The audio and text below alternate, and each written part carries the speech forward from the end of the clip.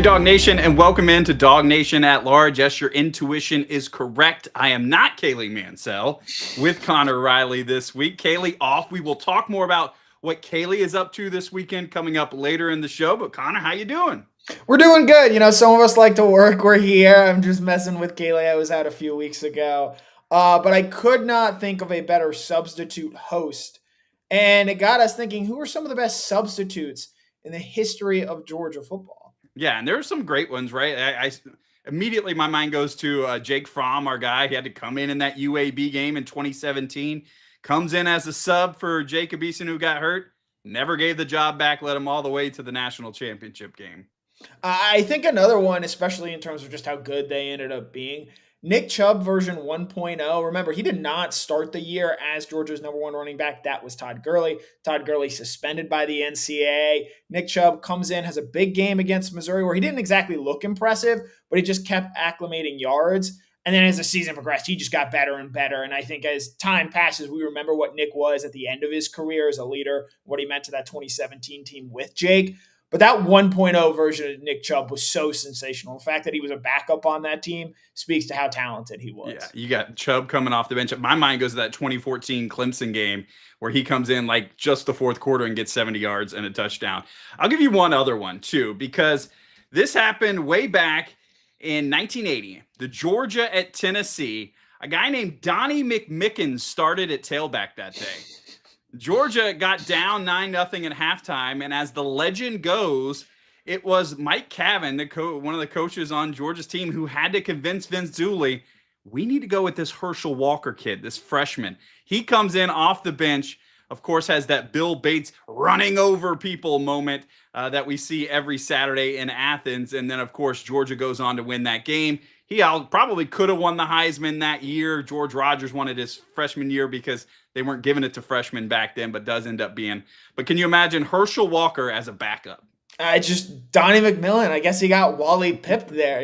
Nothing he did wrong. It was the rest of the Georgia offense. And then I think one last one, Stetson Bennett, who was a substitute multiple times during his career and just stuck with it. And then ultimately won the starting job for good in 2021 and then wins the national championship. I think certainly the greatest substitute in the history of the Georgia football program. Now, I don't know if I'll live up to Herschel Walker or Stetson Bennett, but we'll give it our best shot today. It is DawgNation at Large. It's the show for the new breed of Georgia Bulldog fan. This is DawgNation at Large with DawgNation insiders Connor Riley and Kaylee Mansell. Got a big show coming up for you today. We're going to start off with a little fact or fiction, kind of our detective series about some of the big things that could happen in this 2025 season. Connor and I will go through and decide if these are indeed fact or they are fiction. Coming up later, as we've been doing here on DawgNation at Large throughout this offseason, kind of going a position by position breakdown. We'll do that in Dog Bites today with the defensive line. We'll also have Meme Machine coming up today. And why is Kaylee Mansell not here? We'll talk about that coming up later in the show, and that'll lead us into our fun segment. But the first thing we're going to do today, we're going to solve a mystery. Is it fact or fiction?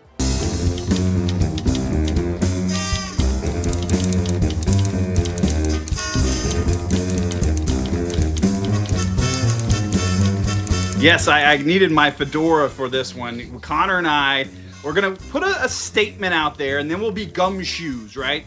We will decide if it is fact or indeed fiction. So the first thing we're going to do, Gunner Stockton will start both the first and last game for Georgia this season. Connor, fact or fiction? I believe this is a fact. I believe that Gunner Stockton is going to win the starting job. I think he has a significant lead right now as it stands in this quarterback competition. We heard Kirby Smart speak this week about the quarterback position, and I just don't think you can say enough about the experience that Gunner Stockton got at the end of last season and what that ultimately means for him going into this year. Again, we've talked about this before. His first two real significant reps came against Notre Dame and Texas, two teams that played in the college football semifinals a season ago. When we see him against Marshall, that's going to be the easiest competition he's going to face in quite some time, given he's matching up with the Georgia defense in practice all the time. And so I do think there is room for him to get better. And I do think that Stockton is going to play well enough to merit being the starter throughout the season. I don't think this is going to be a 2020 situation where they start with Dwan Mathis and then they pivot to Stetson Bennett and then they pivot to JT Daniels. The one hang up that I might have, the one thing that might make this fiction is if Gunner Stockton gets injured, because he is willing to put his body on the line and willing to run. But in my opinion, he does not do a great job of protecting himself when he does that. And that is going to lead, in my opinion, to potentially some hits that are going to potentially get him injured. We saw this happen in the Texas game where his helmet goes flying and he has to leave the game for the final play. And so if Gunner Stockton is able to do a better job protecting himself and limiting the hits that he takes, there's no doubt in my mind that he is going to be Georgia's starter at the end of the season and the first game.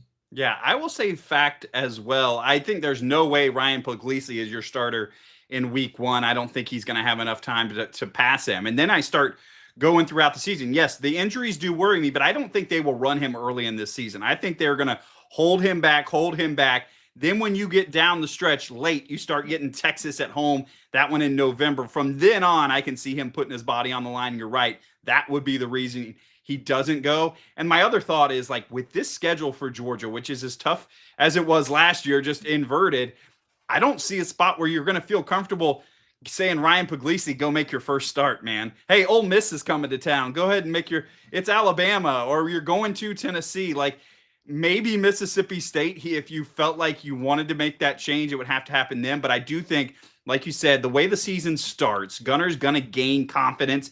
He's going to put up nice numbers. So I think they're going to stick with him. And Kirby's not a quick trigger type of guy. So I can't see that happening. So we will go fact on that one. All right, the next one, is it fact or fiction? There's going to be opinions about this.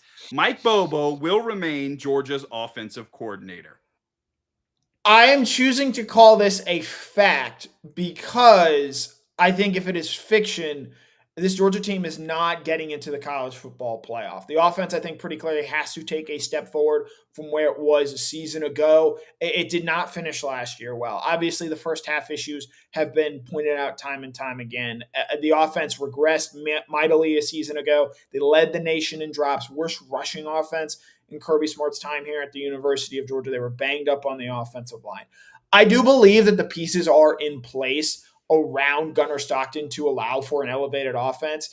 I love what they did at the wide receiver room. I think they've got the best tight end room in the country. I love what they have at running back now that you add Joshua McCray from Illinois to sort of have a physical component there. Gunner Stockton is not going to have to feel like he needs to win games in the same manner that I believe Carson Beck very much felt a season ago. And so with that in mind, I think that this team is going to take a step forward offensively.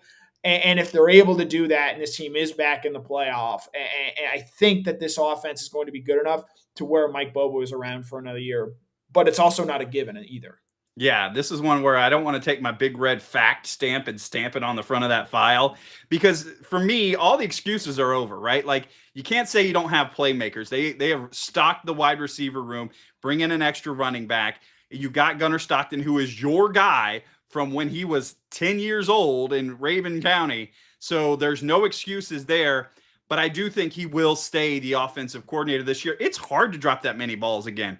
It would be hard to have so many injuries on the offensive line. So I think, with that said, I think they'll be better on offense. Although, one thing that Kirby Smart could use as an excuse if they wanted to keep him and say, oh, we're so young this year, and we've never had a team this young, and that would be the reason, and maybe he could keep him around. But I do think the leash on him, on Mike Bobo, is much shorter than it is for like a Gunner Stockton.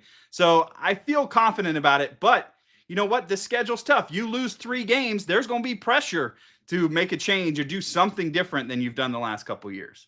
And again, if they, I understand there were a lot of people that wanted Mike Bobo gone after this previous season. If the offense struggles once again, it's going to, in my opinion, be a very easy choice for Kirby Smart to move on from Mike Bobo there as the offensive coordinator. This is very much a put up or shut up year for Kirby Smart and for Mike Bobo on the offensive side of the ball. I think you're 100% right in pointing out, Cody, that Gunner Stockton has been Mike Bobo's guy for so long. Mike Bobo, I do believe, deserves a chance to see what it looks like and how it works with Gunner Stockton. But boy, he needs to hit the ground running and have, I think, a strong first year to validate the belief in Bobo and Bobo's belief in Stockton. All right, the next fact or fiction: Georgia will have a 1,000-yard rusher. I was ready to say fact. Obviously, I'm not the same level of shareholder in Nate Frazier that Brandon Adams is, but I like him a lot. But I think the presence of Joshua McCray actually turns this into a fiction for me. Georgia hasn't had a 1,000-yard rusher since 2019 when DeAndre Swift topped that number. And we've seen in the past Georgia wants to have a running back by committee field. And I think now that you have McCray, I think you have the ability to do that. And I think one of the reasons I have optimism for this rushing offense this year is I think there was a lot of overlapping skill set last year between Trevor Etienne and Nate Frazier. And so now with McCray there, and who knows, maybe we see something out of Roger Robinson, maybe Bo Walker or Chauncey Bowens continue to impress as young players. I feel like now they're a little bit more well-rounded as a running back room in terms of what they have back there. And so with that in mind, I don't think that they're going to put the tread marks on Nate Frazier the way they might have before they added Joshua McCray. So I'm actually going to say fiction here, and I think they're going to have a more balanced attack with Frazier and McCray as the two lead running backs. Yeah, I hate to agree with you every time, but I do think this one is fiction as well, for a few reasons. First, we do see how Kirby Smart likes to run his running backs, and he likes to switch them in and out, move them in and out. So I don't think, you get late in the game and Georgia's ahead, they're not going to keep Nate Frazier in there just to pick up yards. So I do think they're going to try and spread the ball around. Now, the other reason you spread the ball around is because we are now in a transfer portal NIL age where you got to say, hey, Bo Walker, you did get touches as a freshman. We did put you in the game. Hey, Chauncey Bowens, I know it's been 2 years and you hadn't done anything. Well, we're going to get you on the field this year. So I do think that's another reason. And another reason, too, is Kirby Smart will be the first to tell you the run game, those short passes, that's actually the run game. And so he considers that running the ball. So if he considers that running ball, that's not adding up to 1,000-yard rusher. I don't think they're going to put anything all on one player like that would be. The other thing that Georgia has not done a lot of, if you're going to get 1,000-yard rusher, you got to hit some of these home runs. You got to knock off an 80-yarder, right? Like you just got to break away. And I just don't feel like Georgia's been able to do that a ton. Last year, they had a 48-yarder and a 40-yard run. Those were the longest for Frazier and Trevor Etienne. Those aren't like home run hitters. And so I feel like if you're going to rack up those yards really quickly, you got to hit a couple of those where you're just going to take it 75 yards to the house. Yeah, and that's been something consistent in this Georgia offense since Todd Monken became the team's offensive coordinator, and with Mike Bobo sort of sticking with it, with that Monken scheme. That's just something we haven't seen a whole lot. So I'm interested in seeing if this is the year that those explosive runs come back, because if they do, that's an easy way to see someone like a Nate Frazier get to 1,000 yards because he's not accumulating the same number of carries. All right, here's fact or fiction. This one will be interesting. Georgia will have more than 35 sacks this season. Yeah, so I picked 35 because I believe they had 37 in 14 games last year. I'm going to say fiction just because I don't know where these sacks come from. Now, if they end up playing, 15, 16, 17 games, I do think that there's a better chance they get there. But they lost 29 of those 37 sacks off of last year's roster. Look, I know they bring in Elo Medozi at the outside linebacker position. I have done as much as anyone to hype up Gabe Harris and what he might bring to the table here. I think they're going to use Chris Cole and Justin Williams in a variety of ways to help with that pass rush. But it's just such an unknown for me, from not even like who might step up and produce, but where it's going to come from. Is it, pass rush from the inside linebackers like we've seen in the past? Or like last year's team, is more of that coming off the edge? I don't know if Kristen Miller is a guy that can get you 5-6 sacks from the interior of the defensive line. And so because there are just so many unknowns in this category, I am going to go fiction here and say Georgia comes under 35 sacks on the season. I think one of the other things that we got to keep in mind is that a lot of teams, you like to rack up sacks against those, Austin Peay's of the world and against Charlotte late in the season. You like to get a big sack game there. But the way all of those teams play Georgia, they get the ball out so fast that they're not going to stand back there. Now, Texas may think they can hold a pocket and throw the ball. Now, Georgia proved that wrong last year. But a lot of these other teams, because they're so intimidated by the size of Georgia's defensive line, they just don't hold the ball and think they're going to do a 5-step drop and throw it. We've seen that from so many of these other teams. So you're not going to get some of those big sack games. So I think that's why it's fiction as well. And yeah, like you said, I just don't know where, Chaz Chambliss did a great job last year picking up sacks. who's going to be that guy who's just all of a sudden you look up and you're like, wow, he had 6 or 7 sacks this season.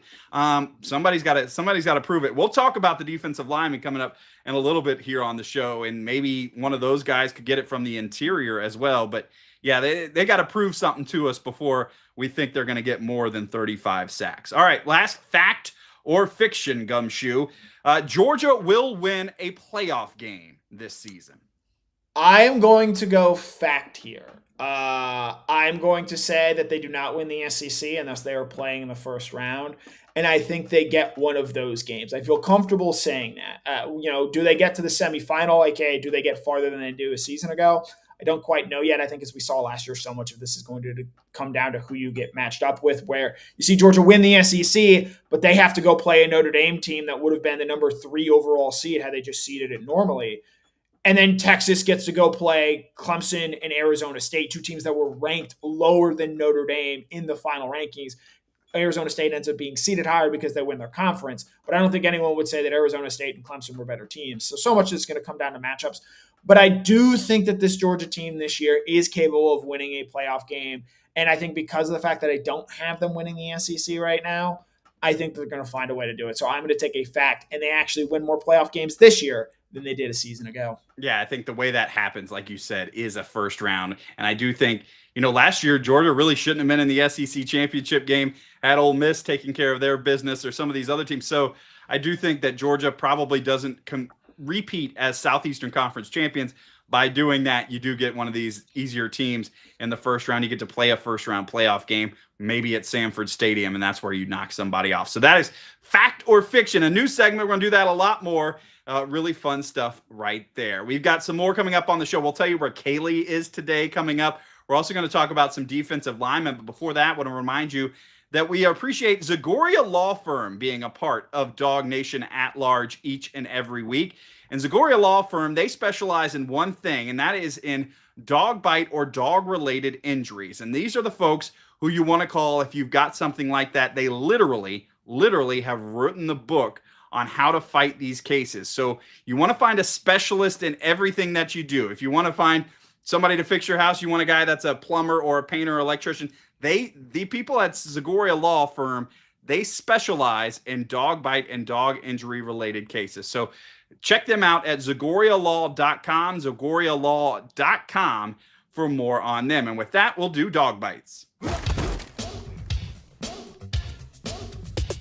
All right, Connor, we are going to talk defensive line, and the emojis are back this week. So you got to do some decoding about who we're going to talk about first. The first one up there, what do you think? Who do you think we're talking about? Okay, so that is a cross, and that is a beer. Is it Kristen Miller? Is it Christ and then a Miller beer? Yes, that's one of the easier ones on this one. So Christian Miller, ranked as one of Georgia's top defensive players by Pro Football Focus a year ago. Did miss 2 games. I feel like injuries have been kind of a bugaboo for him in his career, but comes back for one more year. Is this the year he is that dominant force? Can he work himself into a first or second round pick? Georgia absolutely needs him to do that this year. And I think when he's been able to get on the field and stay on the field, we've seen those flashes. Even late last year when he was impacted by his shoulder injury, when he had surgery on at the end of the season, he was still an impactful player in that college football playoff game against Notre Dame. And because Georgia is now lacking a veteran presence in terms of, you don't have Warren Brinson, you don't have now Stackhouse anymore, they're going to lean, I think, a lot more on Kristen Miller, especially as some of the lower guys on that depth chart just quite aren't proven yet. And so I think that's going to give Kristen Miller the opportunity to have, I think, a really big season, because I think the talent is there. It just comes with the consistency and being able to play every down. And if he does that, I think that's going to be really, really beneficial for this entire Georgia defense. And he is going to have to step up, kind of be a leader, like you talked about, him and Jordan Hall, because all of those other guys are gone. All right, let's move on to the second one. This one is kind of tough, so let's see what you got. Okay, 5-star, and I believe that is the Welsh flag. Yeah, it is Wales, yes. It is Wales. What is that on the flag? Is that a dragon? It is a griffin. So that is Elijah Griffin then. Yes. The freshman out of Pooler, Georgia. We got to see him a little bit on G-Day, and he looks like he's built to step in and play. But what can we expect out of a freshman on the defensive line? What's realistic for that in this position? And that's the thing. And Kirby Smart has done his best, I think, to throw his body in front of some of the comparisons, because Warren Brinson threw out that this guy's the next Jalen Carter. They don't play the same way. I think that Jalen Carter wins more with speed and quick twitch and someone who can get up the field. Whereas in watching Elijah Griffin and seeing and hearing people talk about him, he wins with power and just his ability to bulldoze people. And he is a rare blend of athleticism in that regard. So I don't expect him to be a starter, certainly to start the year. I think they like what they have in Kristen Miller there. But this is a guy that's going to come in and right away, because of where they are at on this defensive line, he's going to have to earn and play some snaps right away. And I do think that he can do that. Is he going to be what Jalen Carter was in 2022? Probably not right away. I think that's unrealistic expectations for him. But I do think that he can play a larger down-by-down role than, say, Trayvon Walker did as a true freshman or Carter himself did as a freshman. And I think whether or not that shows up in terms of sacks or impact plays, I do think that he has a chance to play a larger role on this defensive line as a true freshman than really anyone before him. And I think it speaks to both his own natural ability, but also the state of this defensive line right now. Yeah, and injuries is always, this position seems like injuries are always something going on with all these big bodies. So he may be forced into action more than we think of. You talk about a true freshman there. Get the next one. Can you figure this one out? So that is the Nigerian flag. And this could be Nnamdi Ogboko because I believe he is Nigerian, but I think it's Joseph Jonah Ajayi. The Nigerian nightmare, Joseph Jonah Ajayi. So we talked about a true freshman. How about a redshirt freshman? Last year only played 49 snaps over 4 games, but he's 6'4", 275. And the thing that popped out to me on G-Day, he just looks like just pure muscle when you look at him. He is somebody, seeing in person, I got a lot more excited about. And because he was hurt for most of last year, I believe it was an ankle, right, that he was dealing with, and he had to miss the whole second half of the season, you kind of forgot about him. And then it's like getting a new guy. This guy was a composite 5-star, I believe, coming out of Texas with Justin Williams. He was a teammate with him. So this is like a gain this year. It's almost like a new recruit. And he's only a redshirt freshman, so you're going to get more years of him. I'm excited about JJA this year. Yeah, this is a guy who, again, a year ago, he was getting playing time at the beginning of the season. Now, again, part of that was because of the injuries on the defensive line. And then he suffers a foot injury. They elect to shut him down. He has surgery. And I'm really curious to see what he looks like this year, specifically because I think he's going to play a lot of that defensive end position. And this is a guy who, last year they had Michael Williams out there. They had Tyrion Ingram-Dawkins out there. Now you have Joseph Jonah Ajayi, this great ball of clay who, Cody, I think you do a great job of highlighting just like the physicality that he has. It's not quite Trayvon Walker level impressive, but it's in the ballpark, which is why Joseph Jonah Ajayi was a 5-star prospect. I'm curious to see how quickly he can play maybe an every down role for Georgia, because I think there's the potential for him to do that this year at that sort of defensive end position. But they're going to need him to stay healthy and play real snaps, because I think he's got a chance to really help this defensive line and validate why he was such a prioritized recruit coming out of that 2024 recruiting class. And as Jordan Hall told us, he's got that African blood, and he tells everybody he's built different because of that. All right, this one is kind of easy. I'm sure you can probably come up with this one. Yeah, X-Cloud. This is Xavier McLeod. This is an easy one. Yeah, transfer from South Carolina. He was injured at times throughout the year, but seemed to be playing his best football as the year concluded. And we see so many of these transfers play better football in their second season. I think a lot of Dawg fans hoping 158 snaps last year. Can he take that next step this season for Georgia? And I think he's someone who, as you point out, Cody, was playing really well towards the end of the season. I think didn't play at all his first year at South Carolina, ends up transferring to Georgia, becomes a rotation piece. I think if this defensive line is going to live up to its ceiling, it's not necessarily because of what 5-stars like Joseph Jonah Ajayi or like Elijah Griffin do. It's someone like a Xavier McLeod who was able to go from a rotational piece to a good player. And if he's able to do that consistently, and again, I use that word a lot here with this defensive line, they've all had or shown the ability to have flashes. They just need to do it on a more consistent basis. And I think Xavier McLeod, you can also lump Jordan Hall in here as well. If they make that leap where, we talk about Christian Miller going from good to great, if these guys go from rotational to good players, that's only going to help this Georgia defensive line and help it accomplish what it hopes to, because the run defense a season ago, it did take a step back from where Georgia had been. Now, usually Georgia's in the top 5. Last year, they were in the top 30. But if they get back closer to that number 5 defensive rushing defense, that's going to help make things a lot easier. And I think actually end up helping the sack total because teams are going to be in third and long so often. And Kirby Smart had said that's been a point of emphasis, running the ball better and stopping the run better this season. You talk about we've listed like 4 guys so far. 3 of them have had pretty significant injuries. Does that worry you at all, like the depth of this defensive line group? It's certainly a question, and I think because of the injuries, you see why Georgia wants to play so many guys on its defensive line, because you don't want to put that kind of wear and tear on guys over the course of the season where you're so reliant on only 3 or 4 guys and then one of them suffers an injury and you're really left with unknowns, especially late in the season. So that's why early on, especially those first 2 games against Marshall and against Austin Peay, I'm not all that interested in seeing, are they making explosive plays, because I think they're going to rotate these guys a lot and limit just the wear and tear that they're going to have, knowing they've got a very difficult schedule in front of them. All right, so this last one is like, I was trying. So let's see if you can decode this one, because this one is kind of out there, I'll admit.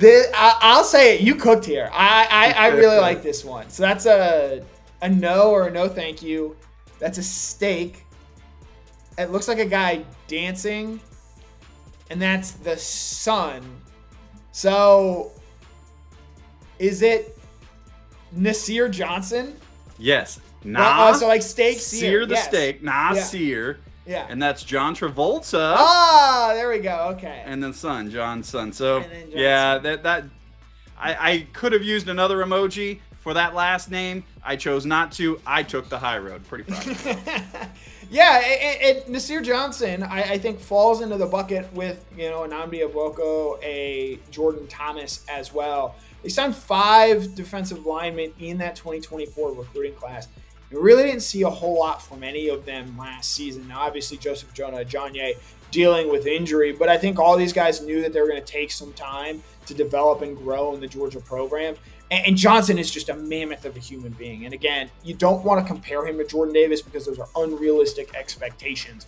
But in terms of size and what he's able to do and how he's able to move as an athlete, again, this is a guy enrolled over the summer, so he didn't get to go through spring practice last year. Another year of seasoning with the Georgia football program. I think this is a guy that, again, as the season progresses and as they have to be deep on the defensive line, I'm interested in seeing how he goes about carving out a role and if he can become a rotation player. Because if he's able to be sort of a run-stuffing nose tackle on those early downs for Georgia, that's going to make things so much easier for guys like Christian Miller and guys like Xavier McLeod to go out there and make plays as a defensive lineman.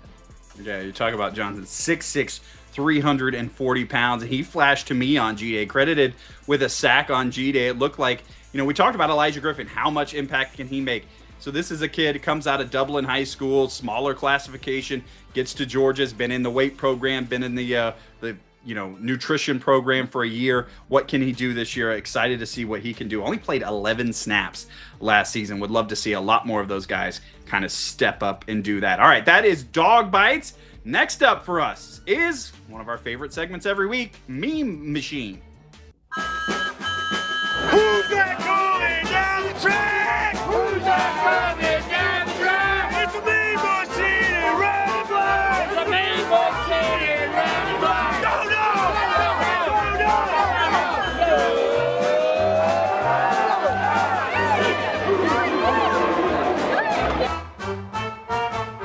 All right, so Kaylee Mansell not with us this week, but she's still going to be a part of this. We'll tell you where she is in just a minute. So she still submitted a meme because last week, right during showtime, all the Pope stuff was going down. And so there were so many great memes to come out of that. And this one is Georgia focused. It says, they said the Pope is from Americus. That's our man, Leonard Pope, big 81. Love Leonard Pope. I see he went into the Georgia High School Football Hall of Fame. I saw him walking around in the hotel in New Orleans when we were down there this past year. And there's no mistaking who that person is. He's so big. But there were so many great Pope ones out there. That's what great Georgia spin. a giant of a human being and someone who comes from a long line of great Georgia tight ends. And I love that we were able to tie in the Pope there in that regard. All right, what you got, Connor? Yeah, so graduation was last week, and obviously, a lot going on in that regard. A lot of kids graduating from college. I want to give a special shout out, though, to Brock Bowers, who, again, first round pick, goes on to the NFL, sets the rookie tight end record. Greatest, well, I would probably still put Mike Ditka's ahead of Brock Bowers, given that Brock, I believe, had 17 games and Ditka only had 14. But Brock Bowers graduating with a degree, I believe, in real estate, and you see Todd Hartley here shouting him out. Your legacy as one of the greatest to ever wear the red and black has been cemented forever. Proud to have been a part of your great journey. Of course, as Todd says, one of the greatest ever. I'm going to go a step further because I believe Brock Bowers is the greatest player to ever put on a Georgia uniform, and now he has gotten his degree. It's important to note also this week, as Herschel Walker is finally set to go in the Ring of Honor at Georgia, one of the stipulations to get in there is that you have to have graduated. Walker finally did it this past December. Brock Bowers, I don't think, is going to have to wait nearly as long to get into that Ring of Honor as we see him now graduating. So tip of the cap to Brock Bowers on graduating with a degree. And I believe right around 4 years in his time, as most of us like to actually do. Yeah, well, that'll go good for all those graduation rate people, right? We want to talk about that so much. But we will look back in history and be like, did you know two of the greatest Georgia Bulldogs of all time only graduated within a year of each other? Herschel Walker, congratulations to him as well. All right, mine also has to do with graduation last week. You may have seen this floating around the internet, but it was pretty impressive. Georgia, Georgia. Yeah, shout out to Grace Johnson with Georgia on My Mind that she sang at graduation. And, A, she did an incredible job, but two, just that song with the images that they show of the grads all on the field and they're all locking arms, it just gives me the feels every time. Connor, you and I both graduated from Georgia, and it just every time it still gets me. Just incredible, an incredible performance, an incredible moment to graduate there, to be there in Sanford Stadium. For many, on the field for their first time in their times in college. And, it's a great celebration of everything. And I just want to shout out Grace because her version of Georgia on My Mind, far better than the version that they had Noah Khan do for the Masters. And Noah, great artist. But he's from Vermont. I mean, what does he know about Georgia on My Mind? Grace's incredible job, incredible moment this past weekend. And really one of the stories of graduation. Graduation has gotten so much cooler since they started doing it at night. Yes.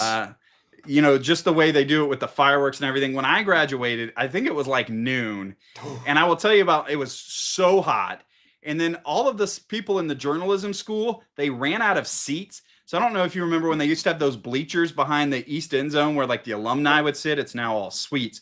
We had to sit in the bleachers outside the hedges for graduation. It was not a great moment, but it is so much cooler now that it is at night. And so I love that. Love the memories that get to be made right there. All right, that's going to do it for Meme Machine this week. So we've been kind of teasing you all show long about where is Kaylee Mansell this week. Kaylee is the maid of honor for one of her friends, and she is hosting Bachelorette Weekend up in Nashville, Tennessee, doing all of the Bachelorette things that you do in Nashville, Tennessee.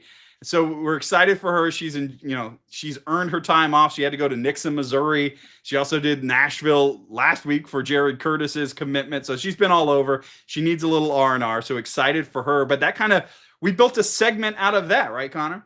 Absolutely. Yeah. We're going to help you plan your bachelor trips or bachelorette trips. Yeah. So it has to be like an SEC bachelor or bachelorette trip. We're going to go, where are you going? Somewhere in the SEC footprint, which is now much bigger than it ever has been. Which coach are you bringing? Which mascot are you bringing?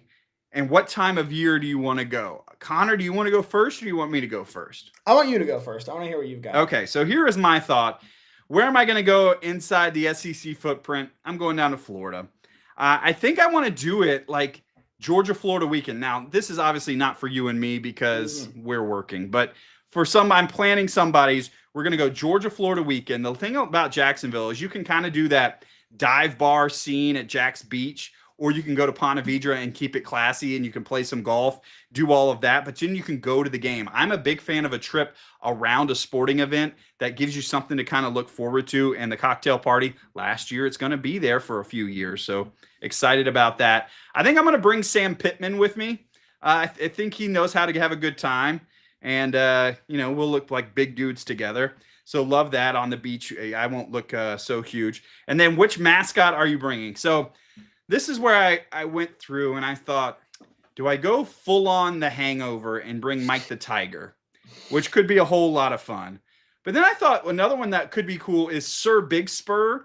Just bring him around. I think that would be, it wouldn't stand out in the state of Florida for you to be walking around with a tiger or a rooster at some point. But the Bulldogs too. You don't want to take them out too much, too hot for the Bulldogs. So I'm not going to bring our beloved Ugga out there.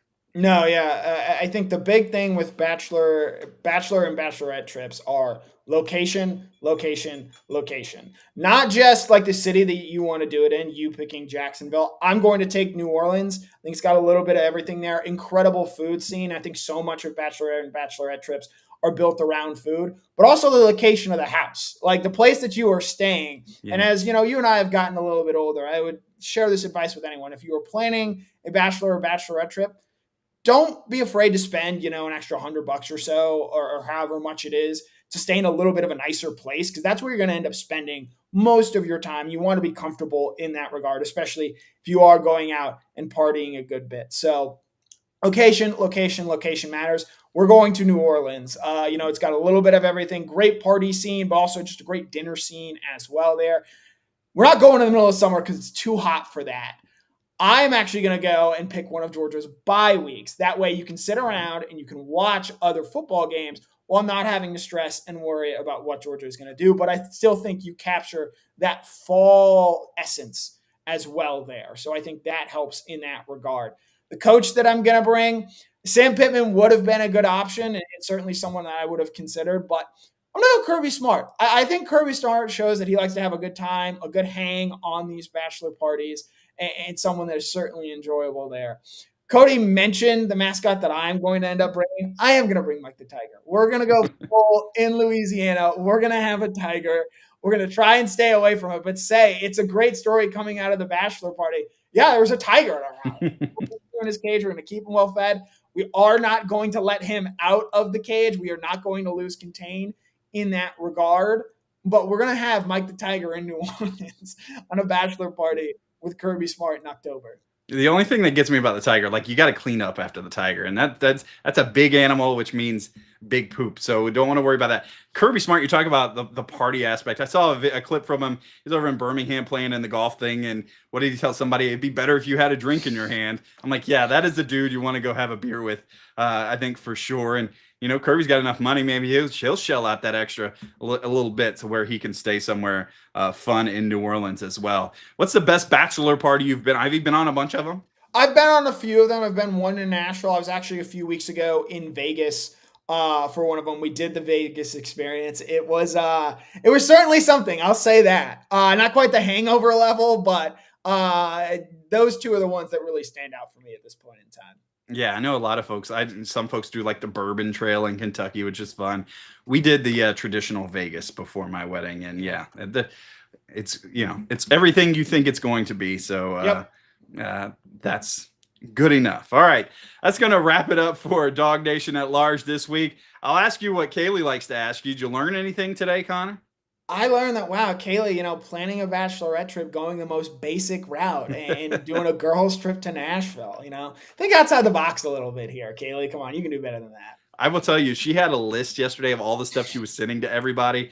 It's incredible. She was running the whole thing. She is like a logistics queen putting all of this together. She knew exactly what they were doing every second of every day and what everybody needed to bring. So really impressive. We'll get Kaylee back here on DawgNation at Large this week. Happy to be the substitute. Don't know if I was Herschel or Stetson Bennett, but I filled in. You were Nick Chubb. You were phenomenal. So maybe in a few years I will be something even better.